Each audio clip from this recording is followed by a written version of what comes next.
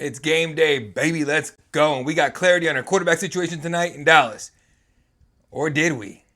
Welcome back to Cardinals Daily. I made it live. You're already part of the squad. Hey, appreciate you riding with us from day one, all right? If you're new here, smash the sub button. Really helps us out in the channel. And the more we grow, the better content we can bring you guys every single day. Red Sea, let's get right to it. So according to everybody, Adam Schefter broke the news, but of course, the team's the one that leaked it out. Jacoby Brissett is starting tonight, Monday Night Football, against the Dallas Cowboys. Look, they played coy all week, right? Kyler Murray stayed limited on the injury report and the media availability. Conveniently, of course, they never tell you what they want to do. Gamesmanship and all kinds of stuff, but they didn't include a QB designation. But once we saw Brissett running with the ones in practice, we kind of all knew where this was going, right? So now, it's real. Jacoby gets the ball, Kyler sits again. So let's rewind. All week long, reports floated out, right? Kyler's trending towards playing. He's close. He feels good. Then nothing. Delays, no announcement. Gannon playing it tight. Didn't even bother answering questions about it. And then the practice bus started, right? Brissett with the first team. Suddenly it kind of felt inevitable, right? And now it's official. Brissett versus Dallas in prime time. Here's a storyline you can't ignore. Jonathan Gannon is 1-11 without Kyler Murray. That's 1 win, 11 losses, right? This staff needs a competent offensive performance from QB1. They need to prove they can stand on their own 2 legs. So, let's be real.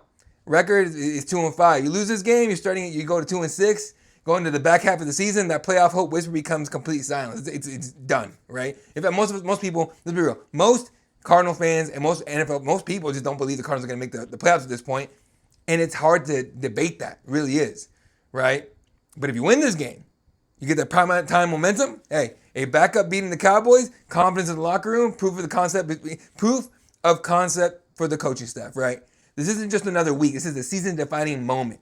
You win, you keep the dream alive. You justify aggression at the trade deadline. You show fight. You lose, the season shifts into evaluate and survive mode.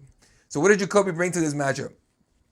We talked about it over and over again. Stability, poise, ball security, right? And a veteran who can operate the playbook. He's not flashy whatsoever, but he's not gonna outrun linebackers or rip off a 50-yard scramble, but he will get the offense in the right plays, keep drives alive with smart decisions, lean into the run game and quick game, and avoid panic turnovers. Oh, and on prime time, on the road against the Cowboys front that has speed and aggression at this point. Has the Cowboys defense been awesome? No, not really. That secondary is holes all over the place, questionable like crazy. I'm sure our receivers are just, licking their chops. But that front seven is still pretty dangerous in my mind. So sometimes experience is a safer bet than athletic upside, right? Plus, Brissett he's been in the spots before. He's, the backup. He's been the starter, the leader, the bridge quarterback. He's built for steady the shit football. So is this the week the Cardinals finally finish a game, right? We've seen the flashes, we've seen fight, we've seen 3 good quarters and 1 collapse far too often over and over and over again. The talent is improving. Yeah, guys, we're coming back. Injured players are coming back. And the roster isn't broken. It's just young and growing for the most part. Now, what they need now, right, is confidence for 4 freaking quarters. Execute, manage the moment, damn it, and fight and finish the fight for crying out loud. And if they do that, they can absolutely beat Dallas. So here we go. Tonight, Monday Night Football, national spotlight, season on the line. The entire league still laughing at us, right? Jacoby Brissett under center. No more waiting on Kyler's updates. No more speculation. This is the moment Jonathan Gannon's team can prove that they can win without QB1, right? Without Kyler Murray. And that this season still means something.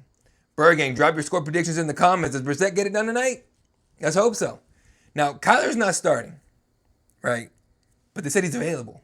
What the hell does that mean, right? That's the reason why I question this clarity at the quarterback spot for 2 reasons. First, they're starting Jacoby, but maybe switching to Kyler if things seem to stall out. They did say Kyler may participate in the game in some capacity. That's literally what they said. Or are they holding back because we might be getting a trade? Is there a trade in the works? Could they be sitting Kyler to avoid any injury?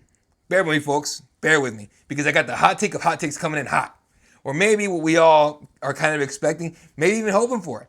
This might not be as much of a hot take as I think it is, right? This is one of those moments where reality, conspiracy, strategy, and pure chaos all collide at the 50-yard line. 2 days ago, all right, the Cardinals pushed that narrative.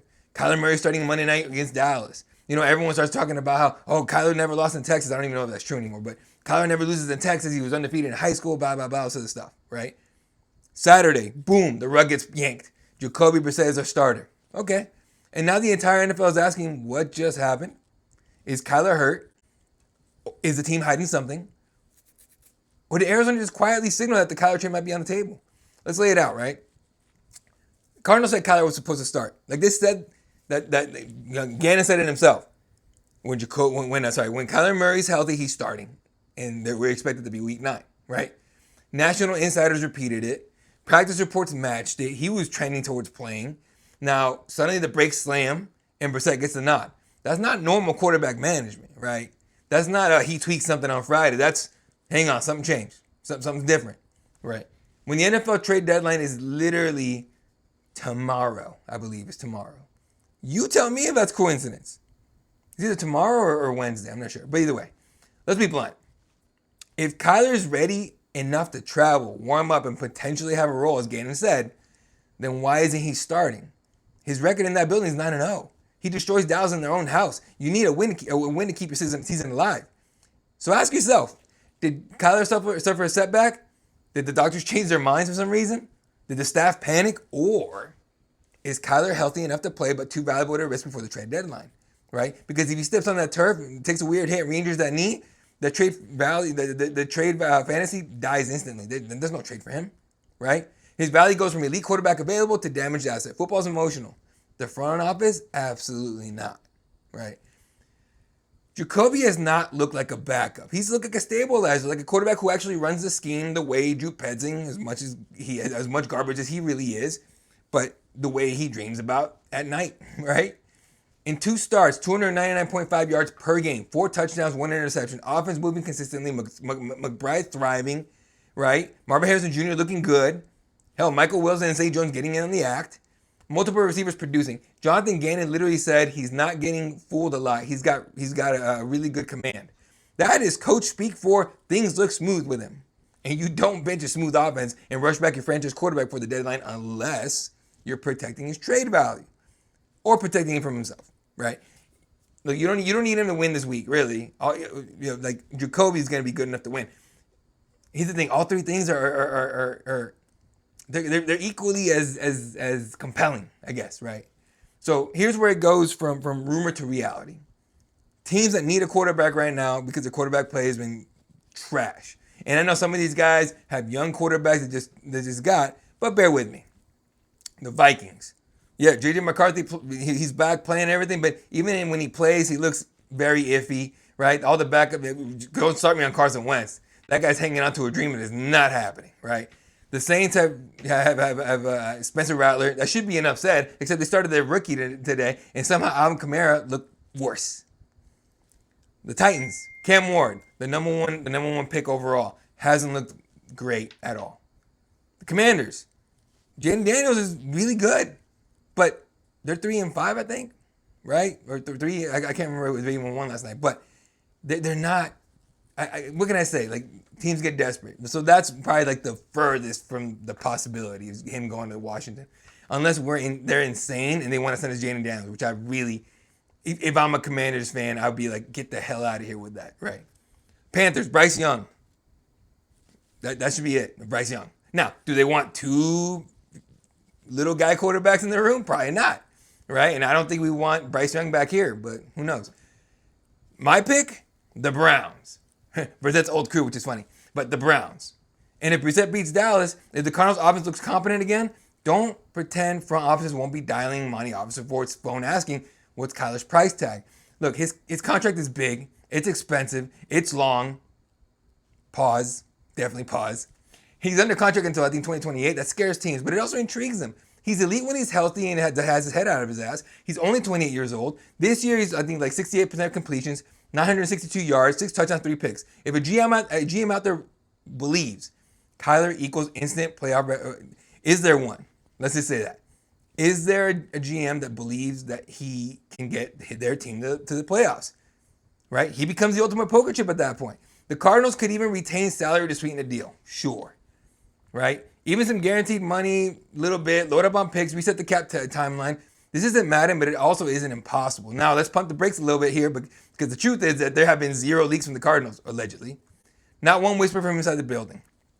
All the speculation, media, fans, internet, firestorm, you know how it goes. From the team, silence. And Jonathan Gannon hasn't wavered in one message. Kyler's a starter, even though he's not starting tonight. Gannon said IR isn't even being discussed, right? This could simply be a 1 week hiccup. He might truly not be 100% yet. That could absolutely be true. Sometimes the simplest answer is the right one. Sometimes it's just football, right? This isn't officially a trade smokescreen. This is definitely a front office chess move. But it's also not nothing, right? This timing is weird. The messaging is murky. Kyler is valuable, and valuable is fragile in the NFL. If Brissett balls out tonight, if this offense looks clean and confident, I don't think the Cardinals trade Kyler this week, but I think they open that door a crack, right? And once the franchise cracks that door on a quarterback, it doesn't close.